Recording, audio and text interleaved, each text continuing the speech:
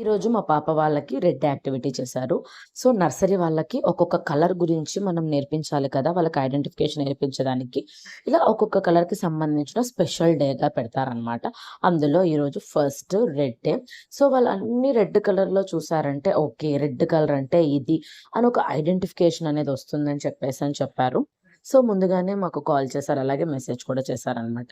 రేపు red colour dress పంపించాలి. Red colour toy పంపించాలి. అలాగే రెడ్ కలర్‌లో ఉన్న ఏదైనా ఫ్రూట్ పిల్లల చాయిస్ వాళ్ళు తినేదిగా పంపించండి అన్నారు. సో, ఏదైనా స్నాక్స్ అన్నారు. ఫ్రూట్ అని కాదనమాట. ఇంకా చిన్న పిల్లలు ఎక్కడ తింటారు చెప్పండి అంత ఇదిగా. సో, మా పాప కోసమయితే యాపిల్ తీసుకున్నాము.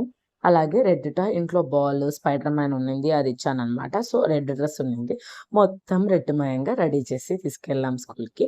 సో, ఈరోజు రెడ్ డే సెలబ్రేట్ చేసుకోవడంతో మా పాపకి రెడ్ కలర్ మీద ఐడెంటిఫికేషన్ అనేది వచ్చేసిందనమాట.